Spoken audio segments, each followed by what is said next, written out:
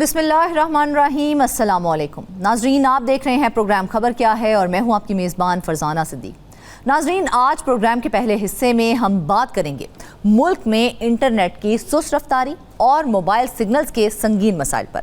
5G के दावों के बावजूद मुल्क भर में इंटरनेट की रफ्तार में कमी है और मोबाइल सिग्नल्स की खराबी एक बहुत बड़ा चैलेंज बन चुका है। बड़े शहरों से लेकर दूर दराज इलाकों तक सार्फिन इस सूरत हाल से परेशान हैं, जबकि PTA की हिकमत अमली और इक़दामात भी सवालात के घेरे में है। इस पर मज़ीद तफसीलात बताने के लिए हमें ज्वाइन करेंगे नुमाइंदा ख़ुसूसी इस्लामाबाद रियाजुल हक। और प्रोग्राम के दूसरे हिस्से में हम बात करेंगे फैसलाबाद में FBR में सामने आने वाले एक बड़े मालियाती स्कैंडल पर, जिसमें ऑडिट रिपोर्ट ने बोगस कैश इनामात, कवायद की खिलाफ वर्जियों और करोड़ों रुपए की बेज़ाब्तियों का इंकशाफ किया है।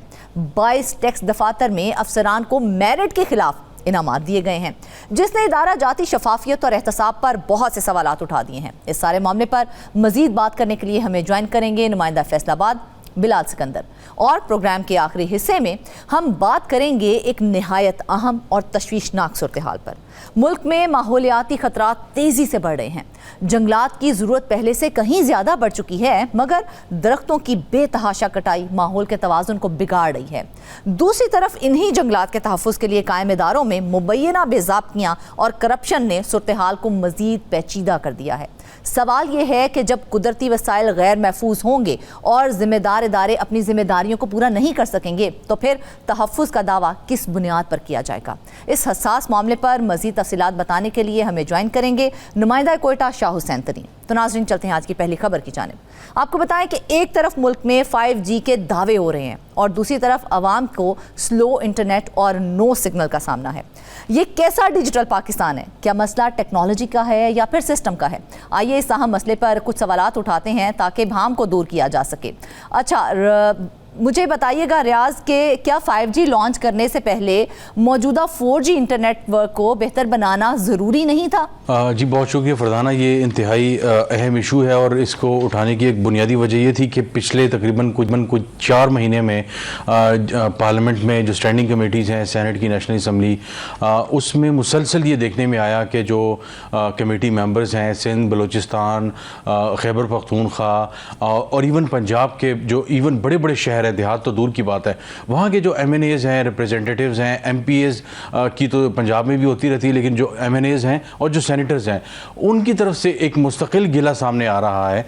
और 2 दिन पहले भी मीटिंग थी, उसमें भी जो है वो ये गिला था, और गिला था कि जनाब जो इंटरनेट की स्पीड है वो इंतहाई स्लो है।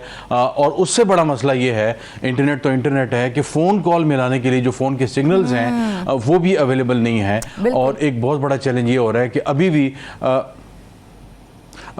भी एक जो बड़ा चैलेंज आ रहा है वो ये आ रहा है कि बुनियादी कॉल मिलाने के लिए जो एक मतलब आप फ़ोन उठाएं या किसी को कॉल करें तो कई इलाकों में, शहरों समेत देहात ऐसे इलाके हैं, बल्कि जो कस्बे बन चुके हैं, जो मतलब आधे जो है वो जो है शहरों के करीब पहुंच चुके हैं, लेकिन वहाँ भी मोबाइल के सिग्नल्स जो है वो वहाँ पे दस्तयाब नहीं होते। बल्कि एक कमेटी में सेनेटर जो पलवशा खान है, उन्होंने कहा कि वो सवाबी में उनका एक इलाका है उमराबाद, वहाँ पर उन्होंने किसी को बुलाना था, तो उनको बाकायदा तौर पे ठीक ठाक अंदर जाके जो है वो इलाके में जाना पड़ा और दरवाज़ा खटखटाना पड़ा, क्योंकि फ़ोन पे मुतल्लिका जो शख्स थे, स्टाफ थे, उनसे रब्ता नहीं हो पा रहा था। तो उन्होंने कहा कि ये अगर सवाबी में ये हाल है तो जो है वो बॉर्डर एरियाज़ में और बलूचिस्तान में और मुख्तलिफ इलाकों में इसकी क्या सूरत हाल होगी।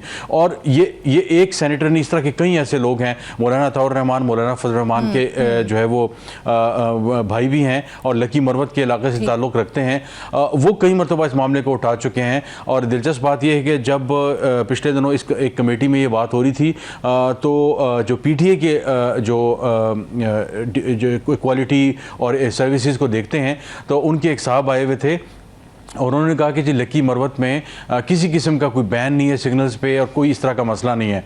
तो मौलाना ताउर रहमान ने उनको चैलेंज किया, उन्होंने कहा आप क्या बात कर रहे हैं, वहाँ पे मैं आपको नंबर देता हूँ, आप कॉल मिला लें, अगर आपकी बात हो गई तो आप जो कहेंगे मैं जुर्माना देने को तैयार हूँ। अच्छा। और कमेटी ने बाकायदा तौर पर यह कमिट किया कि अगली जो कमेटी है वो हम जॉइंट कमेटी रखेंगे कम्युनिकेशंस की और जो ये IT की है, और ये बाकायदा रखेंगे और इस पर जो है वो कोशिश करेंगे कि की मरम्मत और इन इलाकों में जाया जाए, वहाँ पे बाकायदा तौर पे इन चीज़ों को देखा जाए। तो ये एक संजीदा मामला है। 194 मिलियन जो है वो मोबाइल यूज़र्स हैं पाकिस्तान में, यानी 19 करोड़ के करीब, और उससे कुछ कम जो है वो इंटरनेट यूज़र्स हैं। तो आप जो है उनको तकलीफ़ दे रहे हैं। मेरे पास इस वक्त एक डॉक्यूमेंट मौजूद है जो कमेटी में पेश किया गया था, और उसमें बलूचिस्तान के कुछ इलाकों की तफसीलात हैं और तकरीबन 8-10 सफ़ात हैं ये, और वहाँ पे बात हो रही है कि कब है कि 3G 4G प्रोजेक्ट्स, एक तरफ आपने 5G लॉन्च कर दिया है और अभी भी बहुत से इलाकों में आप 3G की बात कर रहे हैं, और बात कर रहे हैं कि किन किन इलाकों में 3G कंप्लीट हो चुका है, किन किन इलाकों में 4G कंप्लीट हो चुका है। चीन जो है वो 6G पे काम कंप्लीट कर चुका है, 7G पे काम जो है वो शुरू कर चुका है पूरे चीन में, और हम यहाँ पे अभी तक जो है 5G तो बड़े शहरों में लॉन्च हो चुका है। बल्कि उस कमेटी में बात हो रही थी, पूछा गया चेयरमैन PTA से कि जनाब बताएं वो क्या बना 5G का, तो सारे हंस पड़े। जब यहाँ पर बिजली जाती है तो हमारे मोबाइल टावर्स ही बंद हो जाते हैं कि हमें जीरो सिग्नल्स मिलते हैं, तो क्या हमारे पास कोई एनर्जी बैकअप का कोई सिस्टम मौजूद नहीं है? बिल्कुल फरजाना, ये एक दूसरा बहुत अहम मसला है कि जो ही बिजली जाती है तो हम देखते हैं कि इंटरनेट की स्पीड है, मोबाइल के सिग्नल्स ही अचानक गायब हो जाते हैं। तो मुझे बताएं, एक तरफ हम कहते हैं कि हमने एशिया का टाइगर बनना है इंटरनेट में, और हमने जो है इनोवेशन और डिजिटल इनोवेशन की तरफ जाना है, डिजिटल रेवोल्यूशन की तरफ जाना है। दूसरी तरफ यह हाल है कि हमारे मोबाइल टावर्स बिजली के जाते ही चले जाते हैं। तो कई कमेटीज़ में ये भी डिस्कस हुआ है कि जो मोबाइल टावर्स होते हैं उनके जो जनरेटर होते हैं वो ज़्यादा डीजल इंजन पे चलते हैं, तो उनको डीजल इंजन क्यों नहीं प्रोवाइड किया जाता? तो कहा जाता है कि जनाब वो 5-6 टावर्स होते हैं, उनके लिए एक राइडर सा होता है, वो सिक्योरिटी करता है, और वो एक टावर से दूसरे टावर और तीसरे टावर जाता है, और वो चौकीदारी किस्म की करता है। अब पता नहीं सारा दिन वो घूमता है या वो दिन में एक चक्कर लगा के बैठ जाता है। बहरहाल वो जो तेल है, डीजल है, वो चोरी हो जाता है। जब चोरी हो जाता है तो वो अवेलेबल नहीं होता। लेकिन जब वो एक टावर से दूसरे टावर पे जाएगा तो उसका ख्याल कौन करेगा कि वो पहले वाले टावर से जब होकर चला जाएगा तो वहां पर तो डीजल चोरी होना ही है। बिल्कुल ऐसे ही है। फिर एक जो कमेटी के रुकन है मौलाना अताउर रहमान, जो बहुत ज़्यादा गुस्से में थे, उन्होंने कहा ये पता लगाने की ज़रूरत है क्या डीजल जो है वो इन जनरेटर्स तक पहुंच भी पाता है कि नहीं, कि कुछ जगहों पे ये भी तलात आ रही है कि डीजल बारों बारी जो है वो बिक जाता है, उसका सौदा हो जाता है, वहाँ तक पहुँच ही नहीं पाता जा पाता। और कहा यह जाता है कि जनाब ये तो इलाका जो है वो शोरश ज़्यादा इलाका है, यहाँ पर मसाइल हैं, यहाँ पर चोरियाँ बहुत ज़्यादा हैं। तो मकामी लोग जो इस चीज़ से तंग हैं, जिनको इंटरनेट चाहिए, जिनको स्पीड चाहिए, जिनको सिग्नल चाहिए, वो क्यों ये सारा कुछ चोरी करेंगे? तो बहरहाल ये एक बड़ी अजीब व गरीब सूरत हाल है। और इस पे चेयरमैन PTA ने जवाब दिया, मोबाइल टावर से डीजल चोरी हो जाता है तो फिर उसकी सिक्योरिटी के लिए कोई और ठोस मैकेनिज्म क्यों नहीं बनाया जा रहा? क्योंकि मामला तो बहुत पहले से ये सामने आ रहा है। चेयरमैन PTA ने इसका जवाब दिया कि अब हमने ये फैसला किया है, और फैसला ये किया है कि आइंदा से जितने भी मोबाइल टावर्स होंगे उसको बाकायदा तौर पे सोलराइज किया जाएगा। यानी सोलर पैनल्स उसके ऊपर लगाए जाएंगे। तो जो ही बिजली गई या नहीं गई तो उसके ऊपर जो सोलर पैनल्स हैं वो पावर करेंगे वहाँ पे। बल्कि उन्होंने एक मिसाल भी दी कि एक जगह ऐसा सोलर पैनल चोरी नहीं होंगे। अभी मैं ये बताने वाला था कि उन्होंने कहा कि अपने आबाई इलाके में खैबर पख्तूनख्वा में मैं गया तो वहाँ पे इसी तरह सिग्नल्स का और इंटरनेट का इशू था। तो मैंने उनको कहा कि जनाब आप यहाँ पे सोलर पैनल और बैटरीज क्यों नहीं लगा लेते? जब बैटरीज वहाँ पे लगा दी गई, बैकअप बैटरीज, तो सूरत हाल बेहतर हुई। फिर अगली दफ़ा मैं जो दोबारा गया तो फिर वही मसला था। तो मैंने उनको बुला के पूछा कि भाई, मैं खुद कहते हैं वहाँ गया टावर पर, तो मैंने पूछा तो कहते हैं जी वो पुरानी बैटरीज लगी हुई है, जो दूसरी बैटरीज थी वो कुछ चुरा के ले गया। तो अब ये इतनी 2026 में इतनी मजे का खेज बातें हैं ये सारी कि हम ये डिस्कस कर रहे हैं कि मोबाइल के जो है वो डीजल चोरी हो रहा है, मोबाइल टावर्स के जो बैटरीज हैं वो चोरी हो रही है, सोलर पैनल्स नहीं लग पा रहे। तो अब बहरहाल PTA ने चेयरमैन का ये कहना था कि हमने हिदायत दी है कि जितने भी मोबाइल टावर्स हैं मुल्क भर में, सोलर पैनल उनके लिए जो है वो लाजिम व मलजूम होगा। जो टावर है वो सोलर पैनल नहीं लगाएगा उनके लिए जो है ये एक चैलेंज होगा और उनके लिए जुर्माना किया जो भी किया जाएगा। पहुंच गई है, हम 5G को मेंटेन नहीं कर पा रहे हैं। टेलीकॉम कंपनीज अपनी इंफ्रास्ट्रक्चर मेंटेनेंस पर सही तवज्जो क्यों नहीं देते हैं? भाई आपने अवाम को एक सहूलत देनी है, अवाम आपको पैसे अदा कर रहे हैं, तो फिर आप इस चीज़ को कम से कम मेंटेन क्यों नहीं कर पा रहे हैं? फिर ऐसा है कि इन कंपनीज का फोकस हम ये कहें कि सिर्फ मुनाफे पर है, वो मुनाफा लेती हैं और काम नहीं करती हैं। बिल्कुल फरजाना, आपने ये मुनाफे वाली बात की तो ये इनको बहुत बुरी लगती है। आईटी का इनकलाब आ रहा है, उसकी बेहतरी के लिए कोशिशें कर रहे हैं और हमें आप बदनाम करने की कोशिशें कर रहे हैं, तो खुदा इस तरह के काम ना करें। लेकिन पता नहीं इनकलाब आ रहा है कि नहीं आ रहा, लेकिन आपकी वाली बात है, उनका मुनाफा जो है वो बेहतर से बेहतर होता जा रहा है। और जो लेकिन इंटरनेट की स्पीड और क्वालिटी है वो 2G और 3G और 4G के दरमियान चल रही है। इस्लामाबाद जैसे शहर में भी अगर आप किसी इमारत की बेसमेंट में जानिब से ढेरों ऐलानात किए जाते हैं, क्या उनका किरदार सिर्फ ऐलानात तक ही महदूद रह गया है या फिर वाकई कोई वो रेगुलेटरी अथॉरिटी के तौर पर काम कर भी रहे हैं? देखिए फरजाना, इसमें कई चीज़ें, रेगुलेटरी अथॉरिटी के तौर पे किसी हद तक वो काम कर सकते हैं, लेकिन बहुत ज़्यादा भी वो नहीं कर सकते क्योंकि प्राइवेट कंपनीज़ हैं और हमारे यहाँ पहले ही बहुत ज़्यादा जो FDI कह लें या इन्वेस्टमेंट का जो मामला है, जो इंटरनेशनल कंपनीज़ हैं, उसके हवाले से एक बड़ा चैलेंज ये आ रहा है कि मतलब कहा जाता है कि जो उनको हरासा ना किया जाए, वो मुल्क के अंदर जो है वो सरमाएकारी ला रहे हैं, तो उनको बहुत ज़्यादा प्रोटेक्ट किया जाता है, पैम्पर किया जाता है।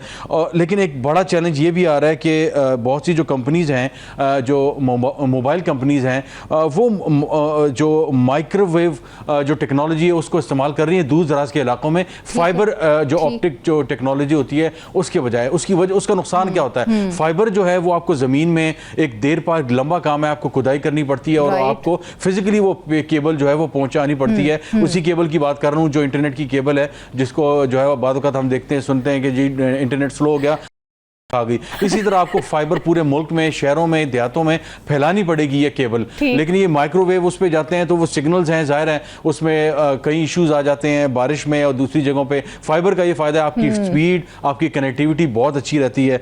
दूसरा जो है एक चैलेंज आ रहा है स्पेक्ट्रम का। अभी हमने देखा कि अच्छा स्पेक्ट्रम का लॉन्च हुआ, उससे उम्मीद की जा रही है कि 5G जो है मई में बहुत से बड़े बड़े शहरों में अवेलेबल हो जाएगा, उससे किसी हद तक चीजें बेहतर हो जाएंगी। लेकिन अगेन कहा जा रहा है कि शायद आईफोन के अहम सवाल, 5G का जिक्र आ रहा है तो 5G कहा जा रहा है कि सिर्फ आईफोन सार्फिन के लिए होगा। मतलब ये बाकी लोगों के साथ क्यों ज्यादती कर रहे हैं, ये डिजिटल इनइक्वालिटी क्यों कर रहे हैं, इसकी क्या रीजन है? ये बिल्कुल ऐसे ही है कि आईफोन तो मेरा ख्याल है कि पाकिस्तान में शायद 2% से कम लोगों के पास आईफोन होगा। ऐसे ही है। और जो उसकी कीमतें हैं $700-800 डॉलर के करीब, 2.5-3 लाख से जो है वो फ़ोन शुरू होता है। और जो पुराने फ़ोन है वो इतने स्लो हैं, और अगेन जो नए फ़ोन है उसमें आपके पास अगर 5G नहीं है तो आपके लिए एक मसला हो सकता है। तो ये वो सारी चीज़ें हैं। आईफोन के लिए तो आपने कर दिया, आईफोन में सारे आपके जो एलीट आ जाती है, जो 10 लाख का फ़ोन भी ले सकते हैं, लेकिन आम जो बंदा है वो बेचारा क्या करेगा? तो वो मतलब अगेन आपने रहमो करम पे डाल दिया। तो ये कुछ ना समझ आने वाली बातें हैं। लेकिन अगर आप ये समझते हैं कि जो अशराफिया ये जो शोर डालती है या जिनको तकलीफ होती है, कम से कम उनके फोन तक जो है वो हम ये पहुंचा दें, उसके बाद देखेंगे। तो ये बड़ी मजे का किस्म की बात है। लेकिन अभी देखना होगा, सहूलियात जो है वो अशराफिया के लिए बनाई जाती हैं और उनके लिए ठीक भी कर दी जाती हैं। बिल्कुल ऐसे ही है। तो अगेन इसके लिए एक फेवरेबल जो है वो माहौल बनाना होगा और बाकायदा तौर पे कंपनीज़ को फेवरेबल माहौल देना होगा, और उसके मुताबिक उसके बाद बाकायदा कंपनीज़ को बताना होगा कि आप जो चार्ज कर रहे हैं उसके चाहे पोस्ट पेड यूज़र हैं या प्री पेड यूज़र्स हैं, आपने फिर वो चीज़ देनी है आवाम को, वो क्वालिटी ऑफ इंटरनेट या क्वालिटी ऑफ वॉइस जो ऑडियो कॉल्स की है या वीडियो कॉल्स की है, जिसका आप उससे कमिट कर रहे हैं, जिसका आप उससे चार्ज कर रहे हैं। क्योंकि एक बहुत बड़ा मसला है कि हम अगर इस्लामाबाद में रह रहे हैं, लाहौर बड़ा शहर है, फैसलाबाद है, पेशावर है, कराची है, वहाँ से भी लोग अक्सर कहते हैं कि इमारतों से अगर दाएं बाएं भी हो जाएं तो सिग्नल्स की क्वालिटी, वीडियो की क्वालिटी, इंटरनेट की क्वालिटी शदीद मुतासिर होती है। तो हम तो देहात की दूर दराज इलाकों का गिला ही ना करें अगर शहरों में इस तरह के मामलात हमें आ रहे हैं। तो जब हमारे पास जदीद स्मार्टफोन्स ही मौजूद नहीं हैं, वही दस्तयाब नहीं है, तो फिर ये जो 5G के दावे किए जा रहे हैं ये कितने हकीकत पसंद आना है? फिर देखिए ये एक चैलेंज है। कल हमारी सेक्रेटरी इंफॉर्मेशन टेक्नोलॉजी हैं, फिर इसके अलावा चेयरमैन PTA हैं और कुछ और लॉ मेकर्स हैं, उनसे यही बात हो रही थी कि लेकिन उनका जवाब था कि जी पाकिस्तान में जो 70% फ़ोन हैं वो तैयार हो रहे हैं लोकली असेंबल्ड, और जो बड़े फ़ोन्स हैं ये बाहर से होते हैं। तो अब लोकली असेंबल्ड का मतलब ये है कि सारे जो पुर्जे हैं वो बाहर से आते हैं और यहाँ पे सिर्फ तैयार होता है। लेकिन चलें वो किसी हद तक ठीक है, लेकिन वो कह रहे थे अब हम सोच रहे हैं कि इस तरह की कोई चीज़ की जाए कि 25 से 30 हज़ार का जो फ़ोन है उसके ऊपर जो है 5G का वो लगाया जाए और फिर वो जो है वो लोगों को आसान अक़सात में जो है वो फराहम किया जाए। तो अगेन बहुत सी चीज़ें बहुत फ्लूइड हैं। मैं तो कहूँगा कि हवाई बातें लग रही हैं। आप जो है वो इंटरनेट लोगों को प्रोवाइड करने की बात कर रहे हैं, 5G स्पीड देने की बात कर रहे हैं, लेकिन यहाँ पे कितने लोग हैं जो आईफोन ले सकते हैं? तो इस हवाले से कोई वर्किंग वगैरह भी शुरू की गई है या बस हवाई बातें ही चल रही हैं? फ़िलहाल तो मतलब फ़िज़ा में ही बात चल रही है। कहा जा रहा है कि इस पे जो है वर्किंग आने वाले कुछ महीनों में या सालों में हो सकती है। तो यहाँ पे हर दूसरे दिन नई AI और रोबोटिक टेक्नोलॉजी आ रही है और यहाँ जो है सिर्फ इस वक्त जो है वो गुड विल पे बात चल रही है कि हमारा ये ख्याल है अगर इस तरह हो जाए और फ़लाने का ये ख्याल है इस तरह हो जाए, तो बहुत ज़्यादा हमें संजीदगी इस मामले में नज़र नहीं आती। हम देखते हैं कि शिज़ा फ़ातिमा हो गए या कुछ और लोग हो गए, उनकी हमें विल नज़र आती है, लेकिन उसके लिए कितनी फंडिंग दरकार है, इसके लिए क्या कुछ करना होगा, क्योंकि इसके लिए मतलब AI हो गया या डेटा सेंटर्स की क़याम हो गया, ये सारी चीज़ें हो गई। आपने बिल्कुल सही बात कही है। वो तो विलफुल दिखाई देते हैं क्योंकि सेनेट की जानिब से, कायमा कमेटियों की जानिब से मुसलसल क्वेश्चनिंग की जा रही है। PTA उसका कभी भी कोई वाज़ेह जवाब नहीं दे पाता है। तो आपके ख्याल में ये कितना सीरियस इशू है? नहीं देखें, सीरियस इशू तो है। पाकिस्तान में करोड़ों लोगों की ज़िंदगियों से फ़ोन जो है वो जुड़ा हुआ है और मैंने आपसे कुछ देर पहले आपको कुछ फिगर्स बताए थे, मैं दोबारा भी बता देता हूँ कि जो एक्टिव फ़ोन यूज़र्स हैं वो 19 करोड़ के करीब हैं और इसी तरह इन 19 करोड़ में तकरीबन 11 करोड़ के करीब वो लोग हैं, यानी 45.6% लोग पाकिस्तान में इंटरनेट यूज़ करते हैं। आप 45 का मतलब ये अब आधा पाकिस्तान समझ लें, आधा पाकिस्तान है और इसमें तकरीबन 20 से 30% ऐसे लोग हैं जो इंटरनेशनली जो है वो फ्रीलांसिंग करते हैं, एंटरप्रेन्योर्स हैं, पूरी दुनिया में काम करते हैं, प्रोजेक्ट्स वो देते हैं, लेते हैं और सर्विसेज प्रोवाइड करते हैं। और इसको इस चीज़ को माना है हमारे वज़रा ने, हमारे IT के एक्सपोर्टर्स इंपोर्टर्स ने कि यहाँ पे एंटरप्रेन्योरशिप में पाकिस्तान दुनिया के टॉप 10 ममालिक में आता है कि यहाँ पे लोग बैठ के पूरी दुनिया में जो है वो अमेरिका, यूरोप समेत ऑस्ट्रेलिया को सर्विसेज देते हैं, वहाँ की कंपनीज़ के लिए सॉफ्टवेयर बनाना, ऐप्स बनाना। लेकिन अगर आप यहाँ पे इंटरनेट की रफ्तार, आपके मोबाइल की रफ्तार की क्वालिटी ये होगी तो वो फिर ज़ाहिर है भारत की तरफ जाएंगे, वो सिंगापुर की तरफ जाएंगे।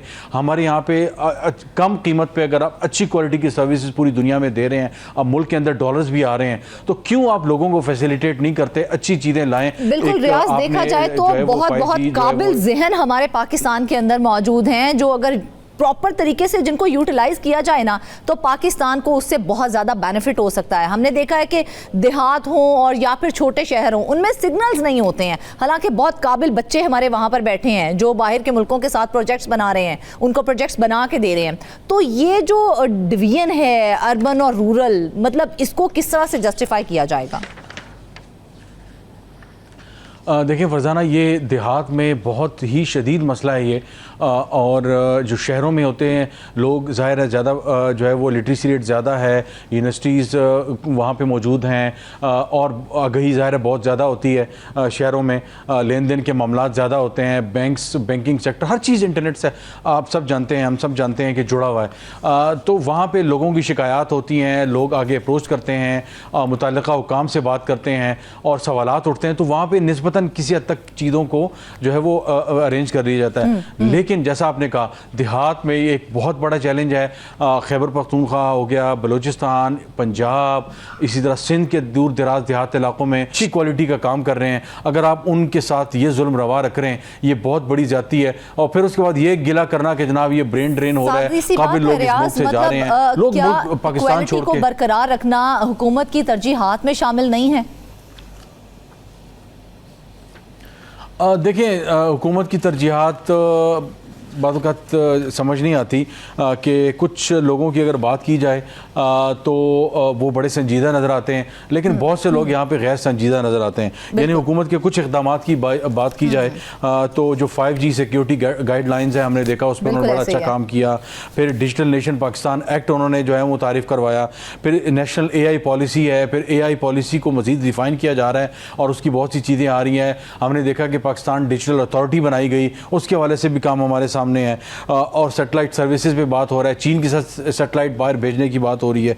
तो ये वो सारी चीज़ें जो बताती हैं कि हमारी दुआ है कि ये रिफॉर्म जो है वो बेहतरी की जाना है। नाज़रीन, बात सीधी है कि तेज़ इंटरनेट जो है वो आज की बुनियादी ज़रूरत है, कोई लग्जरी नहीं है। अगर सिस्टम की खामियां दूर ना की गई तो 5G भी सिर्फ एक नारा बनकर रह जाएगा। अब देखना यह है कि मुतल्लिका इदारे अमली इकदाम करते हैं या फिर आवाम को इसी तरह से मसाइल का सामना रहेगा। वापस आएंगे एक ब्रेक के बाद। वेलकम बैक नाजरीन। आज प्रोग्राम के इस हिस्से में हम बात करेंगे एक ऐसे सीरियस स्कैंडल की जिसने FBI के अंदरूनी निज़ाम पर बहुत बड़े सवालात उठा दिए हैं। करोड़ों रुपए के बोगस कैश रिवॉर्ड्स की तकसीम। क्या ये सिर्फ नेग्लिजेंस है या फिर एक मुनज़्ज़म मिसमैनेजमेंट है? इस पूरी सूरत हाल के ऊपर बात करने के लिए हमारे साथ हैं नुमाइंदा फैसलाबाद बिलाल सिकंदर। बिलाल, सबसे पहले ये बताएं कि ऐसे कौन से कारनामे थे जिनको बेस बनाकर इतने ज़्यादा इनामात से नवाजा गया उनको? हाँ जी बिल्कुल, ये बड़ा सीरियस इशू है जिस पे FBI की ना सिर्फ कारकर्दगी बल्कि उन अफसरान और मुलाजमीन की जो परफॉर्मेंस है जिसकी बिना पर उनको कैश रिवॉर्ड दिए जाते हैं उस पर भी बड़े ही संगीन सवालिया निशान जो हैं वो उठाए गए हैं। ऑडिटर जनरल ऑफ पाकिस्तान की रिपोर्ट में इसमें कहा गया है कि जो तकरीबन FBI हेडक्वार्टर समेत 22 के करीब जो फील्ड ऑफिस हैं वहाँ पर 40 के करीब ऐसी केसेस जो हैं वो डिडक्ट हुए हैं जिसमें बोगस कैश रिवॉर्ड जो हैं वो अफसरान को दिए गए। इसमें FBR के मुलाजमीन भी शामिल हैं, इसमें कस्टम के अफसरान जो हैं वो भी शामिल हैं। इसका तरीक़ाकार बेसिकली ये होता है कि जो कस्टम के ऑफिसर्स हैं, क्योंकि वो स्मगलिंग का माल जो है वो ज़्यादातर पकड़ते हैं जिस पर ड्यूटी टैक्सेस जो हैं वो चोरी किए गए होते हैं, तो उनकी जो भी मुखबर होते हैं, जो उसकी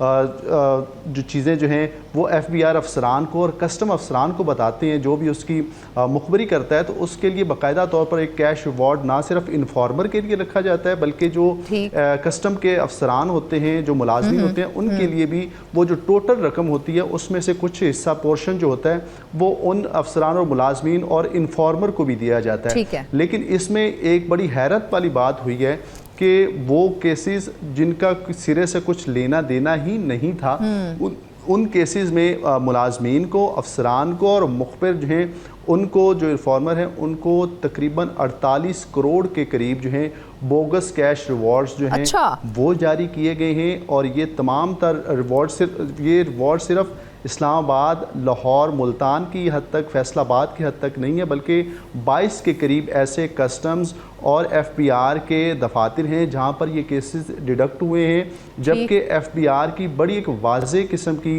रूल्स एंड रेगुलेशंस हैं जिनमें ये कहा गया है कि कैश रिवॉर्ड सिर्फ उन मुलाजमीन, उन अफसरान को दिए जाएंगे जो एक्स्ट्रा ऑर्डनरी अपनी परफॉर्मेंसेस देंगे, जो टैक्स के हवाले से बड़ी ही उनकी गैर मामूली किस्म की जो है उसमें कारकर्दगी होगी, टैक्स चोरी पकड़ने के हवाले से उनके बड़े अच्छे इक़दाम होंगे।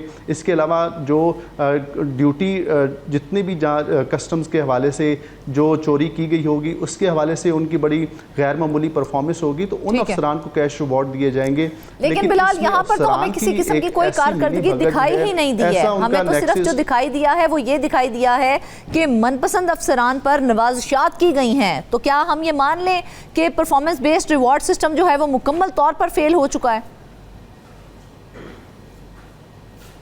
बिल्कुल इसी तरह से है। और आप इसमें ये चीज़ भी देखें कि जो अफसरान FBR के, कस्टम के जो सही एक्चुअल में अच्छा काम कर रहे हैं उनकी कितनी ज़्यादा हौसला शिकनी हुई होगी। बिल्कुल उनको इसमें कंसीडर नहीं किया गया बल्कि उन अफसरान और मुलाजमीन को कंसीडर किया गया है जिनका इससे कोई लेना देना ही नहीं था। और इसमें एक दिलचस्प बात ये भी सामने आई है कि उन अफसरान की जानिब से FBI को शिकायत की गई हैं कि अच्छा। आपने हमें इसमें कंसीडर नहीं किया, जबकि हमने इसमें बड़ा एक्स्ट्रा ऑर्डनरी काम किया है। हाँ। हमने इसमें जो टैक्स ब्रॉडनिंग के हवाले से, जो कि इस वक्त FBI का सबसे अहम इशू है कि टैक्स की बेस जो है उसको बढ़ाया जाए, टैक्स गुजारों की तादाद को बढ़ाया जाए। तो जो अफसरान BTB में काम कर रहे थे, जो अफसरान I&I में काम कर रहे थे, जो अफसरान कस्टम इन्फोर्समेंट में काम कर रहे थे, उन तमाम तर अफसरान और मुलाजमीन जो कि अच्छा काम कर रहे हैं उनको इसमें नज़रअंदाज किया गया। और वो अफसरान जिनकी वजह शोहरत सिर्फ ये है कि वो राशि ऑफिसर्स हैं, वो मुबैना तौर पर जो है वो लोगों से माल बनाते हैं, तो उनको ही इसमें कंसिडर किया गया। और इतनी बड़ी रकम जो है 48 करोड़ 40 लाख की रकम जो है वो उनमें तकसीम की गई। तो सवाल तो यहीं पर खड़ा हो जाता है ना बिलाल, तो क्या हम ये समझें कि ये एक प्रॉपर प्लांटेड मैनिपुलेशन किया गया है? बिल्कुल, ये बड़ा अच्छा सवाल है आपका। ये वाकई ही इस तरह से हुआ है कि इसमें बड़े सीरियस किस्म के क्वेश्चन मार्क है कि आखिर इतनी अमाउंट जो है उसको किसी ना किसी ने तो सैंक्शन किया है। ऊपर जो अफसरान बैठे हुए हैं उन्होंने इसकी बाकायदा तौर पर अप्रूवल दी है। उनकी अप्रूवल के बगैर किस तरह से हो सकता है कि तकरीबन 22 के करीब जो फील्ड ऑफिस हैं वहाँ पर 40 केसेस इस तरह के सामने आ जाने कि उनमें इस तरह के ऑफिसर्स जो हैं जिनकी कोई गैर मामूली परफॉर्मेंस नहीं है उनको इतनी बड़ा अवार्ड दे जाना। और ख़ास तौर पे जो कस्टम है, कस्टम में तो ये चीज़ें देखी जाती हैं कि जब एक एक कंसाइनमेंट पकड़ी जाती है तो वो एक एक कंसाइनमेंट जो है वो करोड़ों अरबों रुपए की होती है, क्योंकि वह तमाम तर माल जो होता है वो स्मगल शुदा होता है, उसकी बाकायदा तौर पर डॉक्यूमेंटेशन नहीं होती है और वो माल फिर जो मुख्तलिफ जो कस्टम के ऑफिस हैं वहाँ पर रखा जाता है। और जब उसकी सीज़र, जिसको कस्टम ऑफिस की ज़ुबान में कहते हैं, जो कि हम अगर सादा ज़बान में कहें तो FIR जो है, जब उसकी वो सीज़र काटते हैं तो उस पर बाकायदा तौर पर बताते हैं कि इन्फॉर्मर ने हमें ये इसकी डिटेल दी थी, इसमें ये ऑफिसर शामिल थे जिन्होंने कार्रवाई की है, हमने इतने करोड़, हमने इतने अरब का माल जो है वो इसमें पकड़ा है, तो इस पर इतना कैश रिवॉर्ड जो है वो इन्फॉर्मर को जाएगा, इतना कैश रिवॉर्ड जो है वो फ़लाँ ऑफिसर जो इसमें शामिल थे उनको जाएगा। और इसकी बाकायदा तौर पर एक रिपोर्ट बनाकर ऊपर ऑफिसर्स जो बैठे होते हैं, आला हुकाम जो होते हैं, जो कस्टम कलेक्टरेट में चीफ कलेक्टर बैठे होते हैं या इससे ऊपर जो FBR के अफसरान जो उनको देख रहे होते हैं उनको भिजवाई जाती है। और बाकायदा इसकी एक अप्रूवल का प्रोसीजर होता है जिसको बाकायदा तौर पर अडॉप्ट किया जाता है और उसके बाद उनमें ये तमाम तर फंड्स जो हैं, जो कैश रिवॉर्ड हैं, इसके बाकायदा सर्टिफिकेट भी जो है वो जारी किए जाते हैं कि इन अफसरान की जानिब से बड़ी गैर मामूली परफॉर्मेंसेस दी गई हैं जिसकी बिना पर इनको ये तमाम तर रिवॉर्ड दिए गए हैं। लेकिन ये बड़ी ही हैरानकुन चीज़ है कि इस तमाम तर प्रोसीजर को एक साइड पर रख दिया गया और उसको जो अफसरान जिन्होंने इसमें कोई अपनी एक्स्ट्रा ऑर्डिनरी परफॉर्मेंसेस नहीं दी हैं उनको 48 करोड़ रुपए उसमें जो है वो डिस्ट्रीब्यूट कर दिए गए। लेकिन बिलाल, सोचने वाली बात तो यही है ना कि अगर ये बड़े ही FBR जैसे इदारे में भी मेरिट को यूं नज़रअंदाज किया जाएगा तो फिर इदारे की क्रेडिबिलिटी क्या रह जाएगी? मतलब इसमें तो कोई अकाउंटेबिलिटी मैकेनिज्म ही दिखाई नहीं दे रहा है। देखिए, इसमें यही तो इशू है कि FBR को इस वक्त भी तकरीबन ये लास्ट क्वार्टर चल रहा है FBR का टैक्स कलेक्शन के हवाले से माली साल में, और FBR को इस वक्त भी तकरीबन कुछ 600 अरब के करीब का शॉर्टफॉल टैक्स का जो है वो सामना है। और इसकी वजूहात भी यही हैं कि वहाँ पर जो ऑफिसर्स बैठे हुए हैं वो टैक्स ब्रॉडनिंग पे तवज्जो नहीं दे रहे। और इसकी जिंदा मिसाल हमारे सामने ये है कि जो ऑफिसर्स काम कर रहे हैं उनको इसमें निगलेक्ट किया जा रहा है और जो ऑफिसर्स काम नहीं कर रहे उनको बोगस कैश रिवॉर्ड दिए जा रहे हैं, जिसकी वजह से अब ये बड़े सीरियस किस्म के सवाल उठे हैं, जिसके बाद अब एक इंक्वायरी का जो है वो भी इनिशिएट बाकायदा तौर पर ये जिस तरह से आप बता रहे हैं कि अफसरान को जो वाकई ही हार्ड वर्क कर रहे हैं उनको इग्नोर किया जा रहा है, तो क्या इन फ्यूचर उनकी परफॉर्मेंस की वजह से इफेक्ट नहीं होगी? ये तो एक तरह की इंस्टीट्यूशनल इनजस्टिस है उनके साथ। बिल्कुल इसी तरह से है और ये नाइंसाफ़ी के ख़िलाफ़ अफसरान की जानिब से मुतअद्दिद दरख्वास्तें जो हैं वो FBR हेडक्वार्टर को और जो उनके मुतलका जितने भी दफातर हैं, जो उनके चीफ कमिश्नर्स हैं या जो कस्टम कलेक्टरेट हैं, उनको बाकायदा तौर पर तहरीरी दरखास्तें जो हैं वो दी गई हैं। उनको बताया गया है। बिलाल, एक आखिरी सवाल और सबसे बड़ा सवाल ही यहाँ पर ये है, क्या टैक्स पेयर का पैसा वाकई ही महफूज है? क्योंकि वो टैक्स पे कर रहा है, वो पैसे दे रहा है, लेकिन यहाँ पर तो हमें ऐसा लग रहा है कि सिस्टम में कहीं ना कहीं ऐसा कोई सीरियस लूप होल जरूर मौजूद है जो टैक्स पेयर का पैसा कहीं और जा रहा है।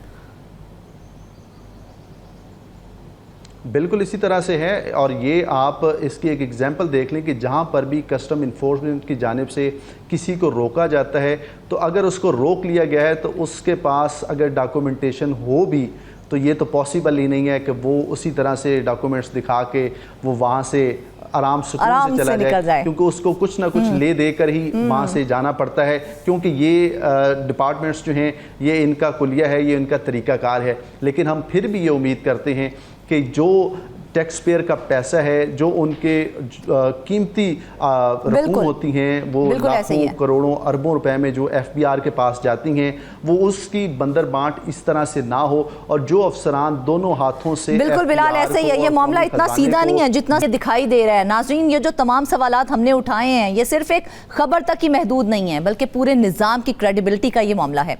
अगर आज भी क्लियर और स्ट्रॉन्ग एक्शन ना लिया गया तो कल ऐसे स्कैंडल्स दोबारा भी सामने आ सकते हैं। अब फैसला इदारों के हाथ में है कि वो रिफॉर्म करेंगे या फिर खामोशी इख्तियार करेंगे। वापस आएंगे ब्रेक के बाद।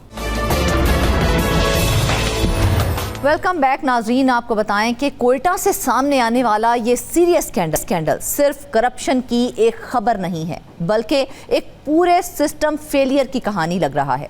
करोड़ों रुपए के तरक्याती मंसूबे कागजों में तो मुकम्मल हैं, मगर जमीन पर नामुकम्मल हैं, और अब एंटी करप्शन की जानिब से कार्रवाई भी की जा रही है। सवाल ये है कि ये सब कैसे होता रहा। इस पूरी सूरत हाल के ऊपर बात करने के लिए हमें जो है नुमाइंदा कोयटा शाह हुसैन तरीन ने। शाह हुसैन तरीन, सबसे पहले तो ये बताइए कि डिपार्टमेंट कोई भी हो उसमें फाइनेंशियल कंट्रोल सिस्टम मौजूद होता है, लेकिन ये जो सूरत हाल हमारे सामने आई है, तो क्या हम ये मान लें कि ये सिस्टम फॉरेस्ट डिपार्टमेंट में मुकम्मल तौर पर डेड हो चुका है? फरजाना, बात यह है कि महकमा जंगलात जो बलूचिस्तान में है, बलूचिस्तान एक वसी रकबे पर मुश्तमिल एक सूबा है, तो यहाँ पे पहले से ही मुल्क के जो बाकी सूबे हैं उनके उसके मुकाबले में यहाँ पे जंगलात का रेशो बहुत कम है। यानी बलूचिस्तान में जंगलात का रेशो सिर्फ 3% था। ये भी एक दहाई पहले की बात है। और उसके बाद उसकी प्रॉपर निगरानी भी नहीं की गई। यानी सालाना लाखों पौधे लगाए जाते हैं जंगलात के रेशो बढ़ाने के लिए, उसमें अरबों रुपए के फंड्स रखे जाते हैं, और स्टाफ है, फॉरेस्ट गार्ड है, ठेके हैं, तामीराती काम है, मगर बात यह कि इस पर चेक एंड बैलेंस नहीं है, निगरानी नहीं है। जंगलात का जो निज़ाम है, महकमा जंगलात का जो निज़ाम है वो इंतहाई कमज़ोर है, और इसी वजह से जो भी तरक्याती काम होते हैं वो अक्सर करप्शन की नज़र हो जाते हैं। उसमें करोड़ों रुपए का ये स्कैंडल जो सामने आया है ये भी कलाट डिवीज़न का है, और यहाँ जो कहानी सामने आई है करप्शन की, 26 करोड़ रुपए टोटल की करप्शन की ये कहानी है जो सामने आई है फॉरेस्ट डिपार्टमेंट में। कंजर्वेटर है वहाँ पे, ख़ासकर ये कोस्टल डेवलपमेंट का ये प्रोजेक्ट था। यहाँ पे मुख्तलिफ़ किस्म के पौधे लगाने थे, तरक्याती काम होने थे, मैंग्रोव्स के जंगलात बढ़ाने थे, मगर कागज़ों तक ये मुकम्मल हो गया, कागज़ों के हद तक। मगर जब तहकीकात हुई, एंटी करप्शन डिपार्टमेंट ने ये केस जो है ना इसको इन्वेस्टिगेट किया और मालूमात ली, वो कागज़ों के हद तक तो था मगर ये ग्राउंड पे कुछ नहीं था। तो इसीलिए उस पर कुछ गिरफ्तारियां भी की है, एक ठेकेदार गिरफ्तार हुए हैं, उनसे पूछताछ जारी है, जबकि जो असल जो मुलजिम हैं और साबिक कंजर्वेटर है ये कोस्टल डेवलपमेंट का कला डिवीज़न, वो अभी तक रुपोश हैं। उनकी गिरफ्तारी के लिए भी कार्रवाई छापे मारे जा रहे हैं, ये महकमा एंटी करप्शन के हुकाम का कहना है। तो बात यह कि ये सिर्फ एक डिस्ट्रिक्ट कलात का मामला नहीं है, बलूचिस्तान में हर जो डिस्ट्रिक्ट है जहाँ पे जंगलात मौजूद हैं उनकी ना हिफाजत हो रही है, ना निगरानी हो रही है, और ना ही उनकी नशोनुमा के लिए मुनासिब इक़दाम किए जा रहे हैं। यानी आप ज़ियारत से लेके आप जाएँ जोब तक, शीरानी तक, लोरलाई तक, मुसाखिल तक बड़े पैमाने पे यहाँ पे जंगलात फैले हुए हैं, कीमती जंगलात हैं, उनकी हिफाजत नहीं हो रही है। इसके अलावा जो हर साल जो बजट मुख्तस किया जाता है नए पौधों के लिए, वो पौधे तो लगा दिए जाते हैं मगर उनकी निगरानी नहीं होती, वो पौधे सूख जाते हैं या फिर लोग वो काट के ले जाते हैं, या फिर जो है ना कुछ लगा दिए जाते हैं, कुछ कागज़ों के तक ही महदूद होते हैं। ये एक सिलसिला है जो कि साल साल से चला आ रहा है। उस पर एक मौसर चेक एंड बैलेंस की ज़रूरत है, उसकी मौसर निगरानी की ज़रूरत है, और ताकि पहले ही यहाँ पे चूँकि जंगलात का, इसीलिए तो बलूचिस्तान आप देखें, बलूचिस्तान में एक खुश्कसाली का दौरा आ जाता है। एक दौर ऐसा भी आया था कि एक दहाई तक बारिशें नहीं हुई थी, तवील खुश्कसाली था। तो फिर जो है ना ये जंगलात अगर हों, माहिरीन भी यही कहते हैं कि अगर जंगलात हों तो बारिशें होती है, इस पर बड़े अच्छे असरात होते हैं ज़मीन पर। अगर जंगलात अब काटेंगे उसकी जगह फिर नए पौधे नहीं लगाएंगे, और अगर लगाएंगे तो फिर उसकी निगरानी नहीं करेंगे, या फिर वो मंसूबे वो करप्शन की नज़र हो जाते हैं। लेकिन शाह हुसैन तरीन, जिस काम के लिए एडवांस पेमेंट दी जा रही है वो काम करवाया ही नहीं जा रहा है। जी बिल्कुल, काम भी नहीं करवाया, एडवांस पेमेंट भी की, काम भी नहीं करवाया, और फिर जो मुतल्लिका डिपार्टमेंट है फॉरेस्ट डिपार्टमेंट, उन्होंने ठेकेदार से पूछगछ भी नहीं की और कि भाई आपने एडवांस पेमेंट तो ले ली, काम क्यों नहीं हुआ। ये तो महकमा एंटी करप्शन ने ये केस उठाया है, तफ्तीश महकमा एंटी करप्शन ने की है, तब जाके ये मामला सामने आए हैं, ठेकेदार गिरफ्तार हुए हैं।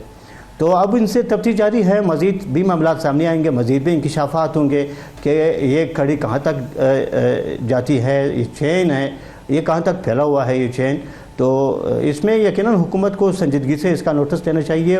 और माहिरीन का ग्राउंड रियलिटीज़ को अगर देखा जाए ना शाह हुसैन, तो हमने देखा है कि नाकिस मटेरियल इस्तेमाल किया गया है, मंसूबे ताहाल नामुकम्मल हैं, लेकिन सवाल ये है कि क्वालिटी कंट्रोल मैकेनिज्म कहाँ था, वो क्यों इसको फॉलो नहीं कर रहा था, क्यों नहीं देख रहा था, या फिर हम ये कहें कि सिर्फ कागजी कार्रवाई थी जो शो कर दी गई थी, उसके बाद किसी ने कुछ नहीं पूछा इस हवाले से।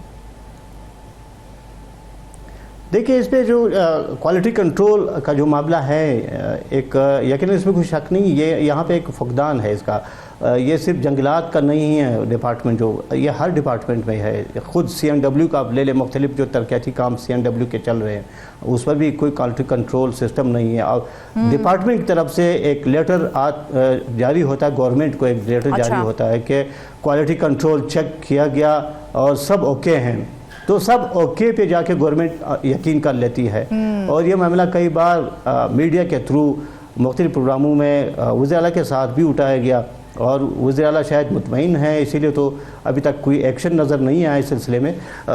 तो क्वालिटी कंट्रोल का एक बाकायदा लेटर जारी होता है गवर्नमेंट को, सब ओके हैं, काम ठीक हुआ है, रूल्स रेगुलेशंस के मुताबिक हुआ है, मटेरियल का सही इस्तेमाल हुआ है और मेरिट पे हुआ है, ये ओके एक रिपोर्ट तो जारी कर दी जाती है। मगर ग्राउंड रियलिटीज़ कुछ और होती है कि आप जाके देखें जो नाकिस मटेरियल इस्तेमाल होता है, जो काम होता है, वो फिर जो है ना जो मुद्दत है वो अपने मुकर्रर मुद्दत से पहले ही वो मनसूबा वो मिट्टी में मिल जाता है। बिल्कुल ऐसे ही। यानी अगर बारिश होती है, अगर एक सड़क बनती है, पुल तामीर होता है, तो वो बारिश, मामूली बारिश से वो जो है ना उकड़ जाता है। इसी तरह ये जो केस है, जो स्पेसिफिक जो जंगलात का केस है, ये भी एक इसी तरह का एक केस है। इस पर भी क्वालिटी कंट्रोल का लेटर जारी तो हो गया था, मगर ये कि अब चूँकि मामला जो है ना वो इन्वेस्टिगेट हुआ है और चीज़ें सामने आ गई हैं कि नहीं ना इसमें क्वालिटी कंट्रोल चेक किया गया, एडवांस पेमेंट भी की गई। कंजर्वेटर को जो ज़रूरत से ज़्यादा इख्तियारात दिए गए थे वो किस ज़ुमरे में दिए गए थे और उसको किस तरह से जस्टिफाई किया जाएगा, क्योंकि उन्होंने तो अपने इख्तियारात का बहुत गलत इस्तेमाल किया है। जी बिल्कुल, आप तो ये जवाबदेही जो है ना महकमा एंटी करप्शन इनसे करेगी कि आपको इख्तियारात किस मद में आपको सौंपे गए थे, जो आप जो रूल्स, जो डिपार्टमेंट के रूल्स हैं, उन रूल्स को क्यों फॉलो नहीं किया गया, गवर्नमेंट के रूल्स हैं, CNW के रूल्स हैं, उनको क्यों फॉलो नहीं किया गया। ये सारे सवालात तो महकमा एंटी करप्शन अपनी तफ्तीश के दौरान मुतल्लिका अफसरान, मुतल्लिका डिपार्टमेंट से करेगी, तभी जाके कोई एक सामने एक मामला सामने होगा। जस्टिफिकेशन उन्होंने देना है, जंगलात के डिपार्टमेंट ने जस्टिफिकेशन देना है कि आया ये किस तरह ये रूल्स जो है ना ये इख्तियारात इस्तेमाल किए गए हैं। अगर एक मनसूबा CNW को अलॉट हुआ था, उन्होंने मुकम्मल उस पर काम करना था, तो जंगलात के डिपार्टमेंट ने क्यों किया? ये जस्टिफिकेशन तो जंगलात के डिपार्टमेंट ने देना है। और महकमा एंटी करप्शन का यही कहना है कि ये मामला अब सामने आएंगे, और जब सामने आएंगे तभी जाके एक रिपोर्ट बनेगी कि इसमें क्या वायलेशन, मज़ीद क्या वायलेशन हुई है।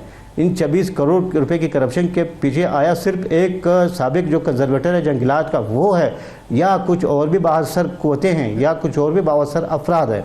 शाह हुसैन, सबसे ज़रूरी सवाल, तो ठीक है, मामला सामने आ चुका है, कार्रवाई भी हो रही है, लेकिन मरकज़ी मुल्ज़िम ताहाल मफरूर है। तो क्या लॉ इन्फोर्समेंट सिस्टम इतना वीक है? क्या ये उनकी कारकर्दगी पर सवालिया निशान नहीं है कि अभी तक उसको पकड़ा नहीं जा सका? देखिए, उसमें अक्सर इसी तरह होता है, जो करप्शन के जो केसेस होते हैं, बड़े केसेस, करप्शन के जो बड़े केसेस होते हैं, जो मरकज़ी मुल्ज़िम हैं वो यकीनन इसका असर रसूख काफ़ी फैला हुआ होता है। तो इसीलिए ये अभी तक रुपोश है, मरकज़ी मुल्ज़िम गिरफ़्तार नहीं हुए, और इसके लिए छापे मारे जा रहे हैं महकमा एंटी करप्शन की तरफ से। और महकमा एंटी करप्शन जो है वो जो दिगर जो मुतल्लिका जो इदारे हैं वो उनसे भी मदद हासिल कर रही है, और शायद वो मौजूद ना हो यहाँ पे बलूचिस्तान में, वो रुपोश हो मुल्क के दिगर इलाकों में।